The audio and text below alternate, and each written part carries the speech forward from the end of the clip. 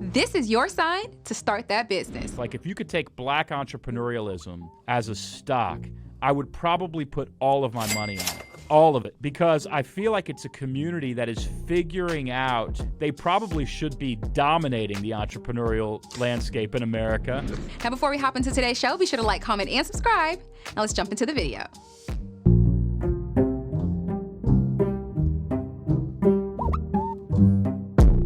So, Donna, I'm gonna straight up and ask you a direct question from the very beginning. And thank you again for being on the show. But you are a wealthy white guy who has made millions of dollars, and you have over 200 coaches inside of your mastermind, and you're teaching them pretty much how to make millions of dollars and how to do masterminds, high value masterminds. But one thing that I've learned from just knowing you that has always shocked me is that you're the only white guy inside of this mastermind. And I'm like, I'm confused right now because that's different. I got to ask you, what are you teaching? Why are you so passionate about, black people, minority people making millions, especially as a white guy? I just got to ask. I'm sorry. Well, it's a great question, and I don't know if I know the answer to totally, except that's just where curiosity takes you sometimes, and friendship takes you, right? Yeah. But, yeah, we have 200 coaches. It's a pretty diverse group. We have some African-American coaches, probably like 10%, and then Latinos 10%, and then about 50-50 women, men. We don't intentionally make it that way. Anybody who's willing to pay us to become a coach can become one. But they all teach masterminds, and then I teach one mastermind, and it's a black-owned business cohort. And wow. This happened about a little over 2 years ago when George Floyd was murdered. I didn't want to do the standard white thing, which is go on Instagram and say that this makes you sick. So I said, hey, I told my team, we're not going to Instagram anything about it. What we're going to do is start a black-owned business cohort. And we're going to, everything we do is going to be with action, not with words. And Anthony, to be brutally honest, I was really kind of like going, I'm going to go in and save the day. And we get in there. And I get in this black-owned business cohort, and within, it felt like minutes, we just became a family. And I learned, as much or more from them than they ever did from me. We've been meeting for 2 years, and we have seen significant growth in the businesses that are in that cohort. We started with about 6 of us at that first dinner, and there's probably 15 to 20 now who, some of them show up, some of them don't, but we, at any given meeting, we'll have about 12. And it's everything from, the cupcake collection to personal trainers to coaching businesses to Brown Mama Bear is a kind of ministry / business from a woman named Shanera who raised 3 daughters in a white community. Beautiful, beautiful stuff. All sorts of stuff. The Entrepreneur Center here in Nashville, Tennessee. Yeah. It's been really, really incredible. And I think that the only thing that I can figure of why was I drawn to that specific mastermind was I grew up feeling like I was marginalized even though I was a white person. I grew up, my dad wasn't around and most of my friends had dads. We were very poor and many of my friends were sort of upper middle class. And so I just kind of felt like I never really belonged. And so I think there's a sentiment in the black community, especially amongst entrepreneurialism, where they feel a little bit like outsiders. And I just identified with that. I think I also now believe 2 years in that if I were going to bet on a stock, if you could take black entrepreneurialism as a stock, I would probably put all of my money on it. All of it, because I feel like it's a community that is figuring out that they probably, and I hope I don't get in trouble for this down the road, they probably should be dominating the entrepreneurial landscape in America, and their creative ideas have been burdened and hindered by both, some systemic racism, but some self-belief and self-doubt. Yeah, and I'm seeing it radically change. Yeah, and I'm kind of going, okay, this is how can I buy into this? I don't know any percentage of any of those businesses, but I'm always joking that, quote unquote joking that I want to, right? When you're ready for an investor, you tell me. Yeah. But then I also tell them, don't get an investor, you don't need one. So it's kind of bad, contradictory advice. But anyway, you and I were talking earlier that you have about a 20% chance of becoming a millionaire. That is by having $1 million in your name if you're a white person. Yeah, it's like a 21% if you are Asians. And it's like 2-point-something% if you're Latino and 2-point-something% if you're black. So as somebody who loves America, if you wanted to say, hey, what would be the best thing to sustain a robust economy in, the American economic ecosystem, I would say it's 10x the number of Latino and black millionaires. Like, that is the lowest hanging fruit in terms of making this country financially strong. And then there is this massive influx that could happen of creativity, innovation, entrepreneurialism that is largely untapped. And it's amongst a people group, two different people groups, the Latinos and the African Americans here in America. So part of it is, I hope I have a little bit of compassion, but really I'm probably somewhere on the Asperger's spectrum that I'm just going, look, this is the bottom line. This is the best opportunity we have as Americans, and it's being overlooked. Yeah. So, I personally love it. They're like family. Our biggest struggle now is we get together for 3 hours at a time. We get like 8 minutes worth of work done. And then the rest of the time we're eating food, talking about food, or gossiping. That's what we get.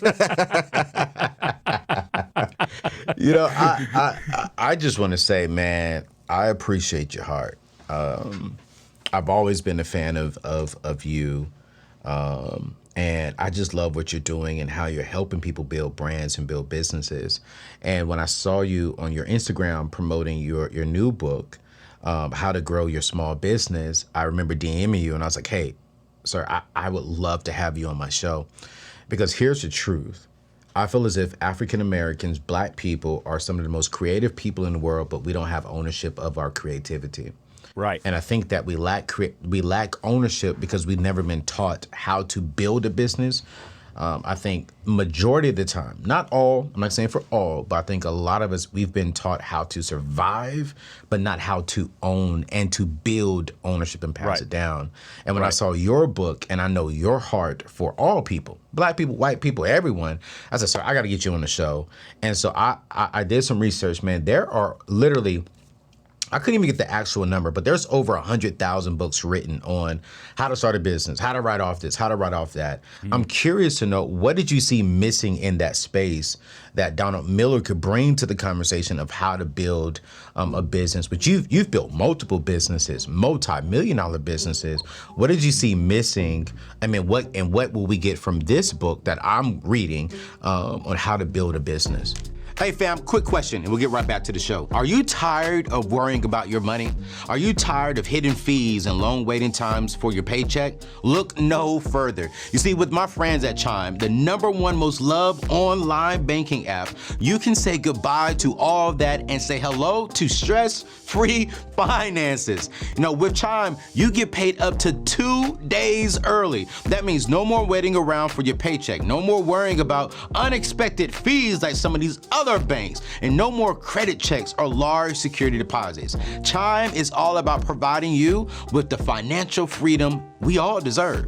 Don't take my word for it. I want you to try Chime out today and see for yourself why it's so loved by many of our friends. Visit AnthonyONeal.com/Chime or click the link in today's show notes to get started and take control of your finances. Speaking of your finances, let's get back to today's show that's helping you. Peace out. What I saw that was missing was an easy step-by-step plan to turn your business into, a machine. And here's what happened to me.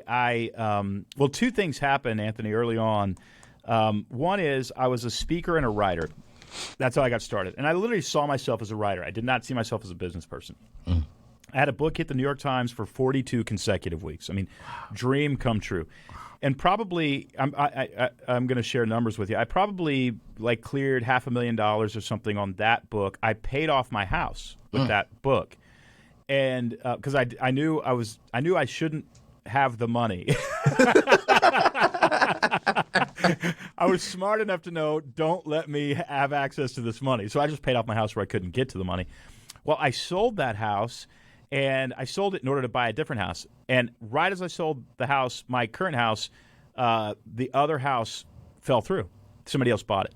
Wow. And so I lost that house. It was a heartbreaker. But I'm sitting on about $350,000. So I'd put $350 away, probably spend $150 on a kayak and a Toyota Tacoma, stupid stuff like that. And I said there was an opportunity to do a short-term investment that a friend of mine and I were going in on together. And I went in, and one Monday morning, the news came back. I lost every single penny. Wow. So I had $5,000 to my name, 42 weeks on the New York Times bestseller list. All that money was gone. I had just started dating the woman who is now my wife, so it was even more emasculating and identity crushing. You're done with money. Everything dark that you could possibly say to yourself, I was saying. There was also a small, tiny voice in the back of my mind. Maybe it was God, I don't know. But the voice was saying, this is literally the best thing that has ever happened to you in terms of your career. Literally the best, Miller. And I started to believe that voice and to say, okay, I don't know how that voice is true, but it's a point of light at the end of the tunnel, and I'm going to walk toward it. What that season did for me is it did the number one foundational thing that everybody listening to me needs to do, and I don't know if you can even do it without that emotional sort of punch, but it was take ownership. So I have to take ownership of my future, of my business, of my money, everything. And I let my manager go. I let my literary agent go. My assistant happened to be kind of resigning at that time. She gave me she gave me a wonderful 6-month runway.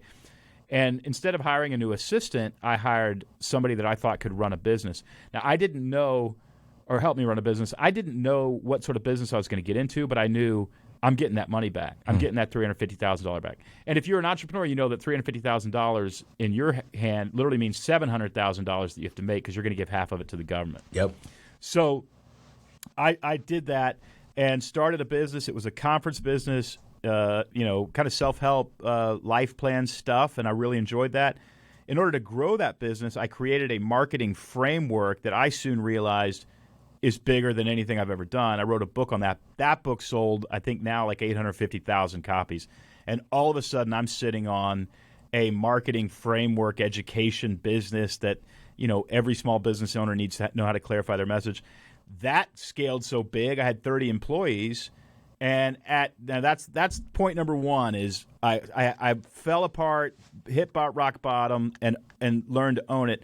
Then when that business hit about $3.5 million, a friend of mine named Bill was kind of a mentor and still is a good friend, and he had scaled up his father's company into the billions, and he helped small business owners like me figure out what they need to do. And we were standing in my driveway, and we'd met a dozen times, but we were standing in my driveway, and I just sort of jokingly said, but I was also testing it. I was testing him when I said it. I said, I'd really like to own a $100 million business someday. Well, the first time ever I looked into Bill's eyes, and I could tell Bill didn't think it was going to happen. And I said, Bill, be honest.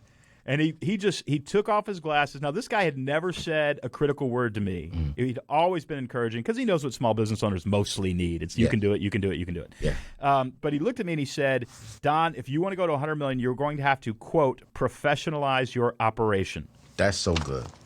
Right. And have you ever heard that? I've never heard anybody say that. No. But as soon as he said it, I mean, it hit me in the chest, and it rang true like a bell for the next 5 years. Wow.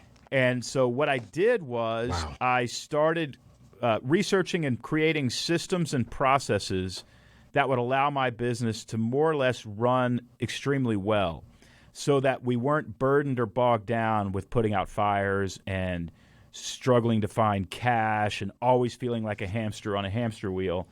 And there ended up being 6 of those systems and processes that worked. We tried roughly 570 that didn't work. 6 of them worked, and this book is those 6. And when I installed slowly and through fits and false starts and through 2 steps forward, 1 step back, as I installed the systems and processes, my company went from $3.5 million to $17 million, and our profit margin went from probably 30% to 64%. So it worked. And then I realized, wait a second, I've got a marketing business But I know all this stuff that entrepreneurs need to understand about how to get this thing going and make sure it works really well. And that was the genesis of the book. And so the very first page of that book, I talk about Bill saying to me, you've got to professionalize your operation. And this is how we did it. And there are basically, 6 parts to it. You've got to overhaul your leadership and cast an economic vision. Most people cast a vision, but they don't cast an economic vision. You've got to overhaul your marketing and clarify your message. You've got to overhaul your sales. Even if you are a solopreneur, you have to learn how to sell in such a way that it's non-sleazy, it's very consultative oriented. Then, so leadership, marketing, sales, your product optimization, you've got to figure out what you're selling and how to sell it for more. And so I talk about that in the book, how to take what you're already selling and sell it for more. And you do that, of course, by adding value. And there's hidden value everywhere that we're not seeing. I just talked to somebody who charges $250 for a product, and we changed a few things, just a few things about that product, and now she charges $10,000 for the same product. No, sir. No, and sir. I can tell you the story. You'll go, that makes sense. No, sir. So you got to get your products right. Then you've got to get your management of your overhead right, and then you've got to get your cash flow right. So those I teach in the book 6 frameworks on how to get those 6 parts right. And if you reverse engineer it, those 6 things, leadership, marketing, sales, overhead and operations, product optimization, and cash flow, are the 6 reasons most businesses fail. And when I say most, literally 65% of businesses, 65% of small businesses crash. And how long do you know? Like, is it within the first year, 3 years? Within the first year, it's 25%. Within 5 years, it's 45%. Within 10 years, it's 65%. 65. And they all fail for the same reason. They ran out of money. Ran out of money. That's it. So you can't run out of money. Can't run out of money. And then so your book helps us really put the systems in place first, so you're building correctly throughout these 10 years to go from 0 to whatever that number is. That's right. The first 5 frameworks, leadership, marketing, sales, product optimization, and management. Right. The first 5 frameworks help you make a ton of cash, and then the 6th framework helps you keep it. Come on. Because it's cash flow. And you can dive into any one of those, but sometimes I'm criticized because I talk so much about making money. The reality is, I've got a $17 million business. My wife and I live off $150,000 a year. We're probably the 4th or 5th highest paid person in my company. Now, the profit that the company makes goes into investments. So, yes, I have a lot of money, but I don't spend it. Right. We spend $150,000 a year, and the money that I make is actually put into investments. Now, I got married late. I got married at 42, became a dad at 49. I'm now 51. So let's be honest, this is the money that my wife and her next husband will enjoy. But at the same time, let's go, Donald. Yeah, I'm sure he's going to be a great guy. Look, Donald, you a better man than me, because I'm going to put it in my will. You cannot remarry with my money. Hey, my wife, for putting up with me, my wife deserves to marry whoever she wants to marry. Hey, man, you was a good man. By the way, she hates these jokes. I think they're funny, but she doesn't think they're funny. Hey, man, Ms. Miller, I feel you. I understand you. Studies are showing nearly right now, currently in the year 2023, that nearly 70% of people live in paycheck to paycheck. When you dive deeper into the study reveals that out of that 70%, a large portion of those are people who make over 6 figures. These are people who are living paycheck to paycheck because of inflation, because of job loss. But a lot of people saying, man, we have an income problem. And here's the truth. We don't really have an income problem. We have a lack of utilizing our gifts and skills problem. You have the skills, you have the talents that God put on inside of you. And I want to ask you this question. I want to be very honest. Are you utilizing them correctly? Or are you just going to work, getting that check, coming home, and not really utilizing your gifts and skills to build wealth to pay off debt? Well, listen, I am hosting a 100% free masterclass here with the next few days, and I'm teaching people how to build a personal brand, how to use the gifts and the skills that God put on the inside of you and turn that into an extra $1,000 to $5,000 a month to go towards paying off debt, to go towards, building an emergency fund, to go towards building your dream home. But I'm going to go even a step further. What if you can use the same principles I'm going to be teaching for free? You make an extra $1,000 or $5,000, but what happens if you could turn it into a 6-figure income or maybe a 7-figure income within the next couple of years? Well, if you are ready to take control of your money, if you're ready to utilize the gifts and the skills God has given you to build a legacy, to build wealth for yourself, can you meet me? I want you to go to AnthonyONeal.com/save my seat. Again, that is AnthonyONeal.com/save my seat. Or you can click the link in today's show notes. It's 100% free. Come join me. Let me show you how we, my team and I, built a 7-figure brand and how we can put $1,000 in your pocket for the next 30 to 60 days. I'll see you soon. Man, but I got to ask this question though, because I want to get back to the book, because you're helping us right now. You're giving us encouragement, man, and we're going to be dropping his book in the show notes, you guys. Make sure you get it. We're going to help him get to New York Times bestseller again, get him another 47 weeks on the New York Times bestsellers list. But how is it possible that someone of your status can live off $150,000? Because I have people who say they can't live off $150,000. Yeah. Well, it is a trick. So let me tell you what I really mean by that. Okay. We built a house. It took us 5 years to build it, and it is beautiful. It's a wonderful place. Yeah. I mean, I never ever the house that I live in is the house that I grew up in, that my single mom and my sister and I grew up in, that we bought for she bought for $30,000. Two of those houses will fit in our garage. And let me just say this. We don't have a big garage. It's literally like we were just that poor. So the idea that I could, the house that we grew up in was less than 800 square feet, and it was a 3-bedroom. Wow. So it was basically our closet is bigger than my bedroom. But I say that to say I never ever ever ever in a million years thought that something like this would happen to me, until I realized, and I don't want people to be mad at me, but until I realized how easy it is to actually grow a business. And I think if we say it's hard and it's such a burden, you got a mindset. Yes, there are setbacks. Yes, there are failures. Yes, there's all that. But if you just wake up every day and keep working on it, it's gonna break through. And if you keep learning from your mistakes, it's going to break through. And so, after I learned that everything kind of took off. Now, let me answer your question. We live off $150,000, but what the money that it took to build the house and the money that it takes to maintain the house is not part of that. So I would consider that an investment. Okay. And in the market where I live, Nashville, Tennessee, we are earning, a lot of money every year on the equity in our home. Now, I personally don't believe that your home is where you should actually invest all of your money. Mm-hmm. But at the same time, in this market, it was the smartest thing I could do to beat inflation. Okay.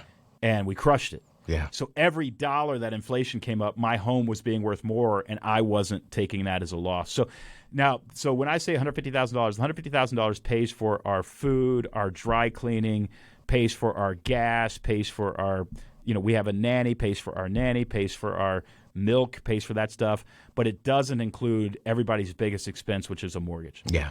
So the truth is, we're probably at something like $225. Okay.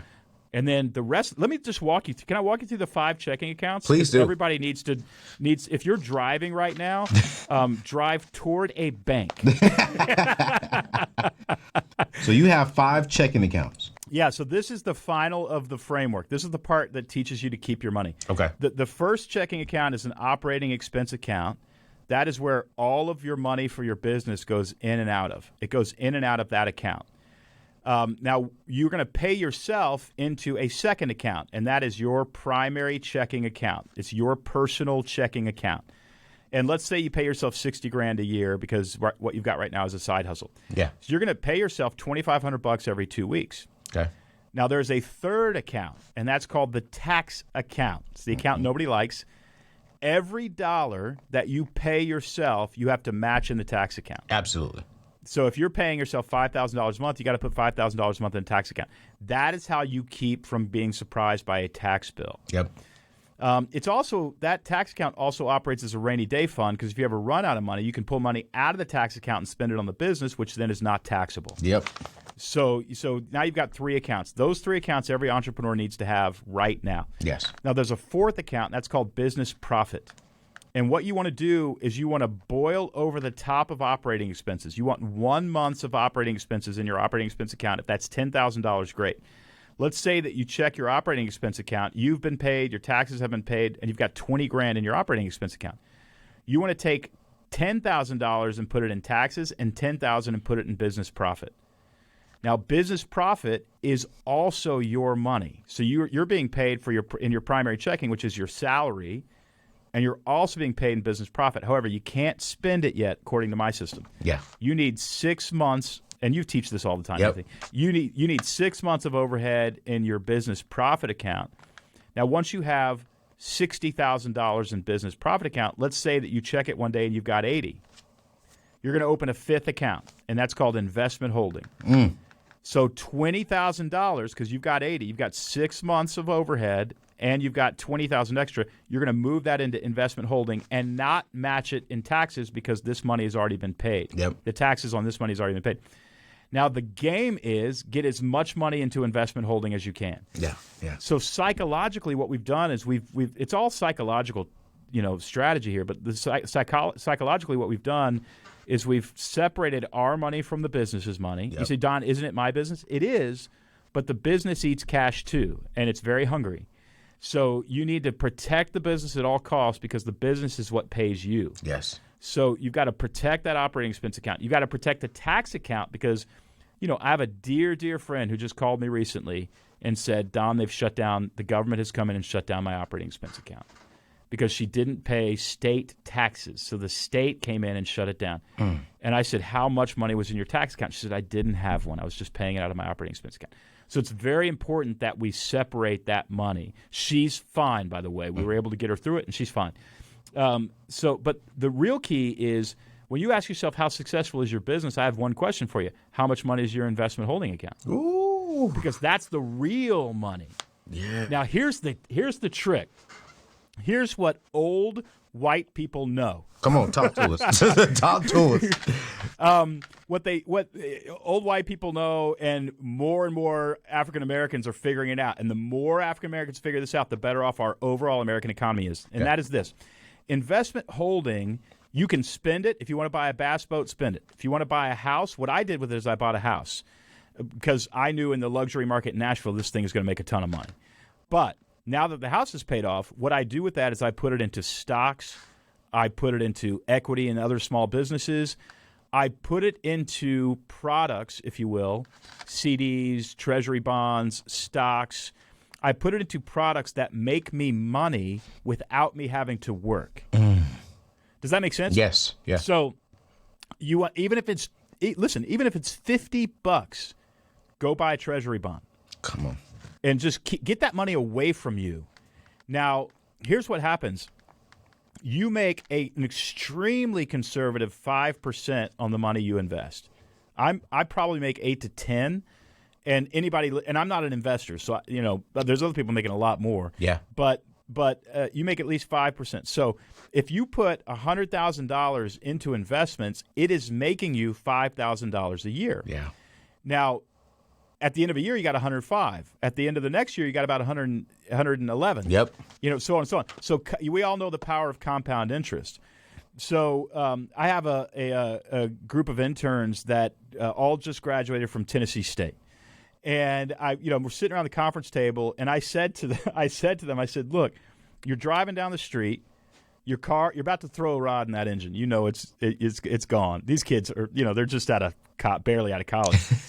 And I said, you see a Toyota 4Runner and it's $10,000. How much does that truck cost? And they looked at me like, didn't you just say it cost $10,000? I'm like, how much does it cost? They said $10,000. I said, wrong. Because in order to get that $10,000 as an entrepreneur, you had to put $10,000 into taxes. Ooh. So you had to earn $20,000 to get that $10,000 truck. And I said, how much does it cost? And they said, $20,000. I said, wrong. Let's say you took that $10,000 and you put it into investments. Well, you're going to get 5% on that investment, which means in 20 years, that $10,000 turns into $20,000. So the opportunity cost on your truck is $10,000 extra, meaning 20 years from now, that Toyota 4Runner is going to cost you $30,000. Take an Uber. Now, here's what really blew their minds is that let's say that you keep doing this, and I know everybody listening is like, this dude is talking about money. You have no idea how much money you were going to have 24 months from now. You really don't know. Right. And you might have to manage it. And I would say just be prepared. And if you can manage the small money this way, then when it gets big, you start rolling in it, right? Yeah. So what happens is somebody like Warren Buffett, let's say he's got $100 billion in investments. He has actually more than that. Yeah. But let's say he's got $100 billion. How do these guys, how do the 1% of the 1% get this money and create this wealth disparity in our country? And there's a massive wealth disparity, and by the way, it's a problem. But how does it happen? Well, if he's got $100 billion in his investment that he took out of his investment holding and put it into stocks and all that kind of stuff, he's making $5 billion a year to do nothing. To do nothing. Now, $5 billion a year is what he's making. Now, you say, well, Don, why doesn't he take it out? Well, here's why he doesn't take it out. He doesn't take it out for two reasons. One, if he takes money out of the market, he has to pay taxes. So you and I pay taxes on what we make. Warren Buffett only pays taxes on what he spends. The tax code is not fair in the sense that if you make money off money, you don't pay taxes on it. But if you make money off work, you do. Isn't that horrible? Now you say, well, why is the government doing that? Well, the government does that because the billions that he has in the market are actually capital that corporations can use to create jobs. Facts. Now, what Warren Buffett does, let's say he wants $100 million. Now, if he takes $100 million out of his stock portfolio, two things happen. One is he signals to all the other people who have invested in his company that he doesn't believe in his company. He's taking money out. And then they start taking money out, and then his company implodes. So now he's invested. He's incentivized to leave it in the market, right? And what does it do in the market? It creates compound interest, and he just gets richer and richer. Yeah. Not only that, if he takes $100 million out, he has to give $20 million to the government. Yep.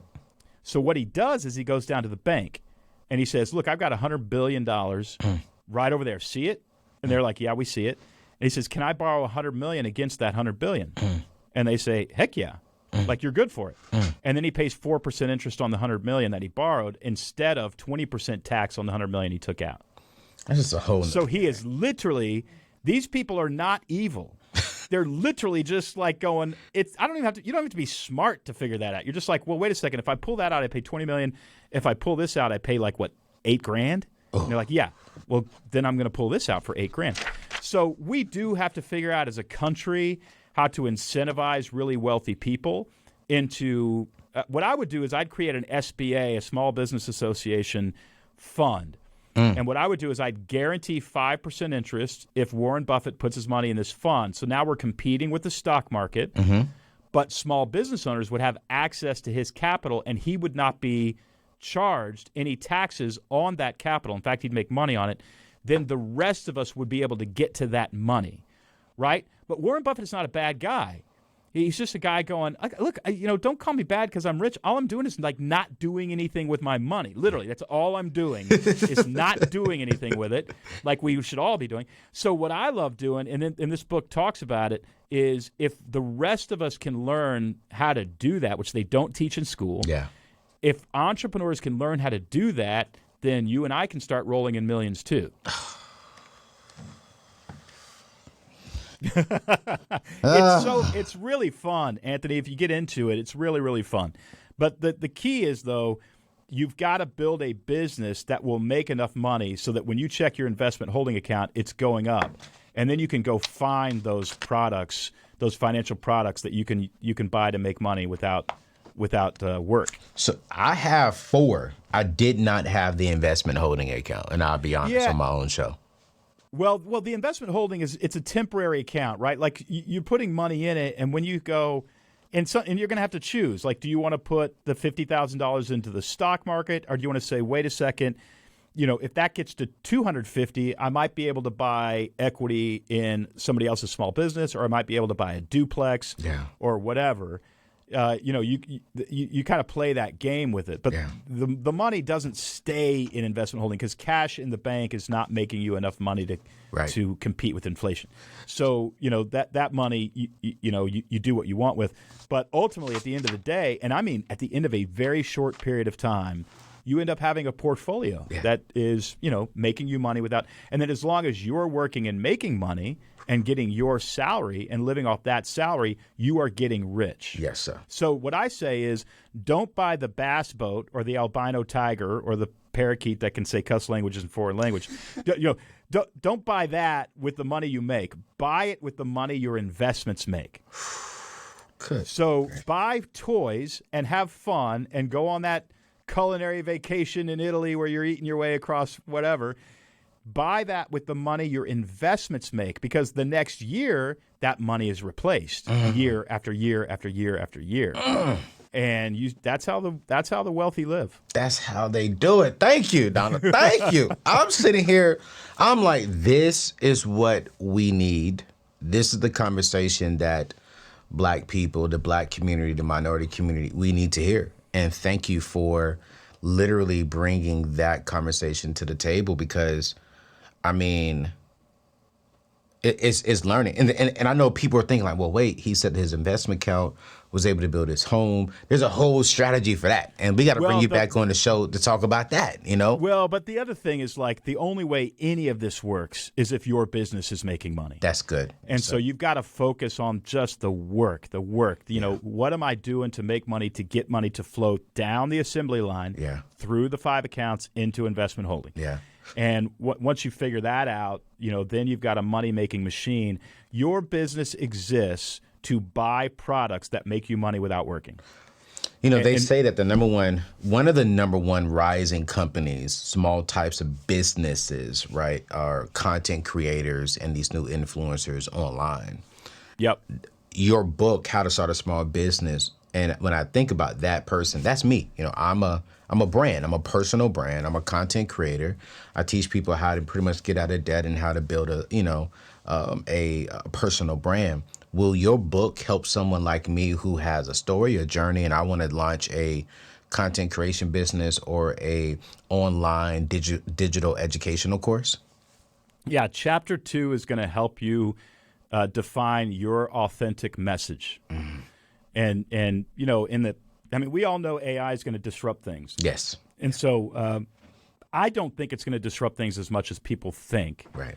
However, it's going to create some really fantastic content. Yeah.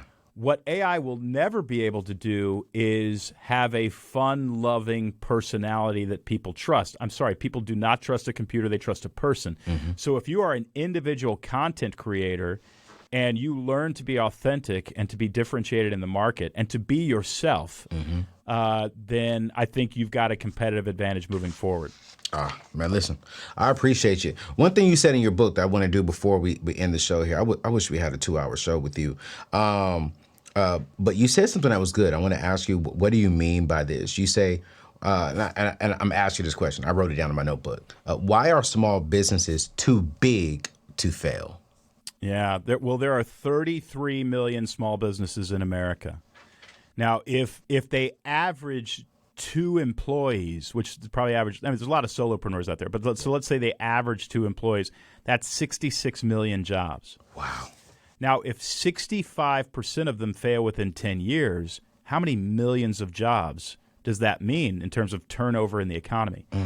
And the sad thing is, of that 65%, probably 20% either didn't have a good product or the economy, shifted on them, and it was a legitimate reason to fail. The other 45% did one of 6 things. They didn't define 3 economic objectives, which I teach you to do in Chapter 1. Okay. They didn't clarify their message, which I teach you to do in Chapter 2. They didn't understand how to write $1 million sales pitch, which I teach you in Chapter 3. By the way, I just spoke to 250 sales reps in Las Vegas. And I said, listen, I know you guys have all attended sales training, and I know it's really boring, and I know that you're not convinced it can make you money. So here's what we're going to do. Raise your hand if you have a client sitting the fence. 250 hands went up. I said, open your laptop. We're going to email them right now. And we wrote an email 250 different emails to 250 different clients, and I put on the big screen, I put a formula for writing that email, and I said hit send, and we closed $2.4 million by the end of the day. By the end of the day. Now, wait a minute. Don, is that formula inside this book? It's inside the book. Hey, there's man, only listen. there's only one chapter in the book that's printed in color because I wanted to color code that formula so that people could better understand it, and that's chapter 3. Chapter 4 is how to optimize your product, how to take that $250 product and sell it for $10,000. Then chapter 5 is managing yourself and a group of people, and basically you can run your company on 5 meetings. And then chapter 6 is the 5 checking accounts that I explained earlier. How to Grow Your Small Business, by the way, is the name of the book. I keep forgetting to say it. Listen, Don, I'm curious, man. From your expertise, you've helped people like myself, Mignon Francois, who is I call her my spiritual mother. Yes, she is. She was just on the show here a couple of weeks ago, the owner of Cupcake Collections, and she said you've been mentoring her. And I got to ask you this question. She's been mentoring me. I think it's more, more how that works. Someone starting a business today during this recession time, some people are scared. They're scared of their job. They're scared of what 2023 is going to look like. I'm curious, from your seat to people like myself, I've been a small business owner now for going on 2 years. What would you say to that person who just started the business and they're seeing this recession? They're seeing the news saying, hey, things are going to shift. Inflation is crazy high. They're a little discouraged. And then also they just started. So they're going to get your book, but they're like, okay, I'm going to read this book. I'm going to apply it. But am I going to be okay this year? Am I going to be okay next year? What's your thoughts from sitting in your chair?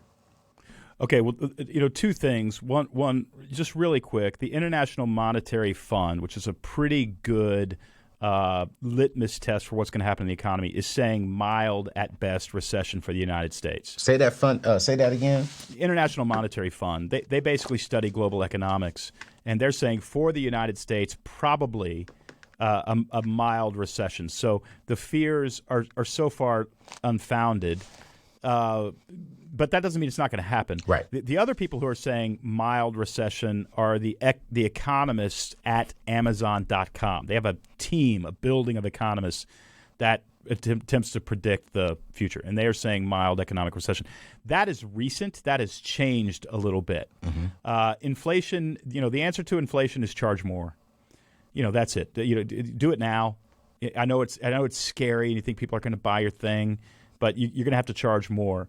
The other thing that I would just say, and let me, chapter 1 of the book basically says you need to create a goal for a measurable number of products to sell within 24 months, and you need 3 of those. Okay. So we're going to sell 700 wedding cakes. We're going to sell, 5,000, dozen cases of cupcakes, or 5,000 dozen cupcakes, and we're going to, increase our corporate cupcake retainer delivery program from 40 businesses to 600 businesses within the next 24 months.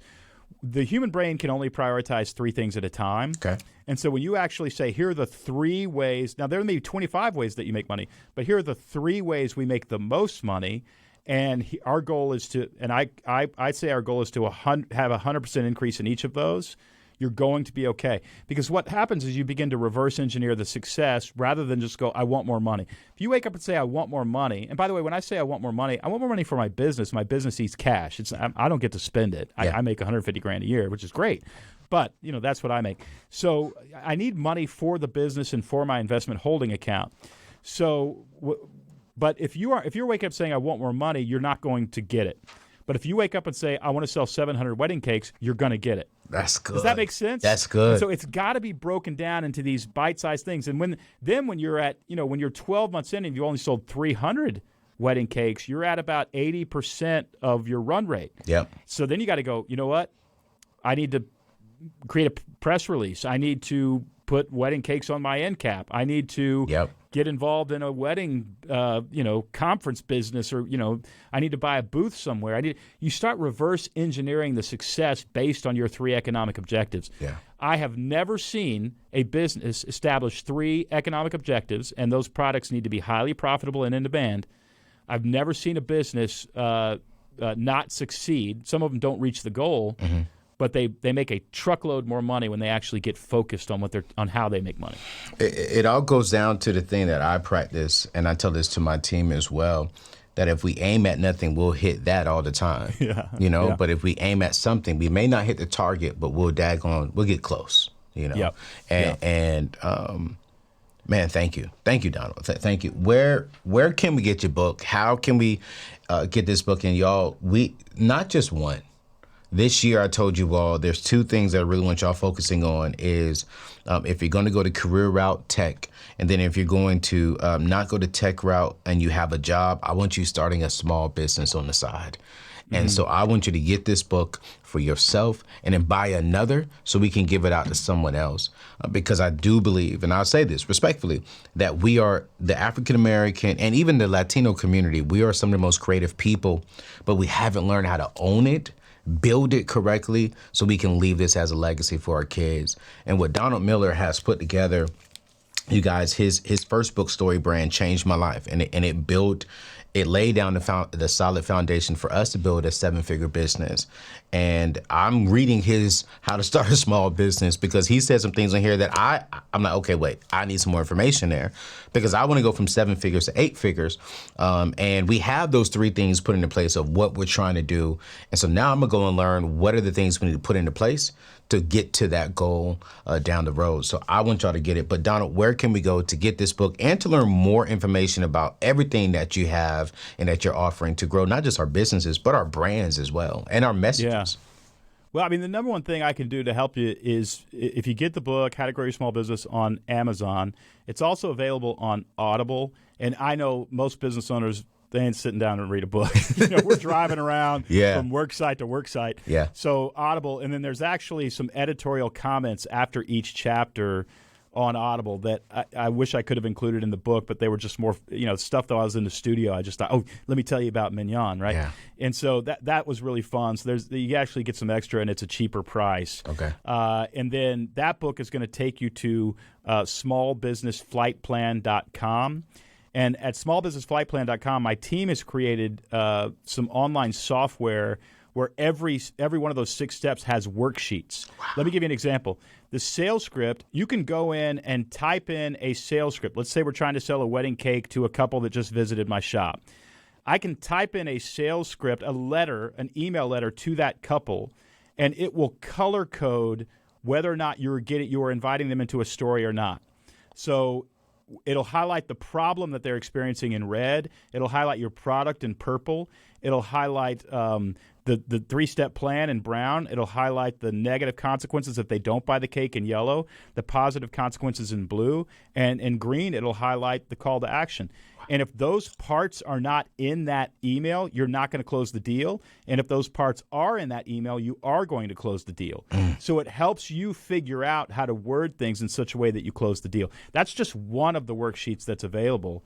And it's free. When you buy the book, just go to smallbusinessflightplan.com and you can use all those worksheets. And that's what you talk about in your book on providing value. If you're going to grow your business, you got to provide more value. Because my business is business to business specifically, I know that the more money I make other people, the better off I'm going to do. So I don't wake up saying I want to make money. What I wake up saying is I want my clients to make enormous amounts of money.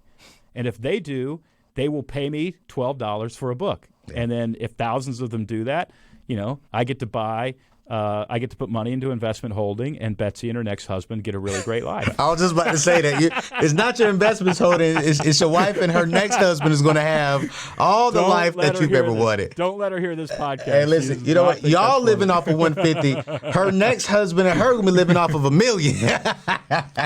I know it. They are. They're not going to understand, Oh, man. Well, Donald, thank you so much, man, for just your time, just your heart, and just your your wisdom. Like, you literally came on here and you became a teacher. You taught all of us. You taught me some things. I was like, wait, okay. I literally took notes in my book. I do this on every interview, but I did 2 pages worth of notes today. And I just thank you so much for your wisdom. Well, let me also say, Anthony, it's rare to talk to anybody who has succeeded on your level and understand that they have remained grounded. Yeah. And it's the easiest thing to do is to lose your head when you succeed, and you have not done it. So I don't know who you're surrounding yourself with or what you're doing in the morning or whether your wife wakes up and tells you who you really are. I don't know what's going on. But it's an honor to spend time with you. And if you rub off on me, man, I'm going to be a better person. I'm grateful. Hey, man, I appreciate you, sir. I appreciate you. Well, y'all, we're over time. Thank y'all so much for rocking with us to the end.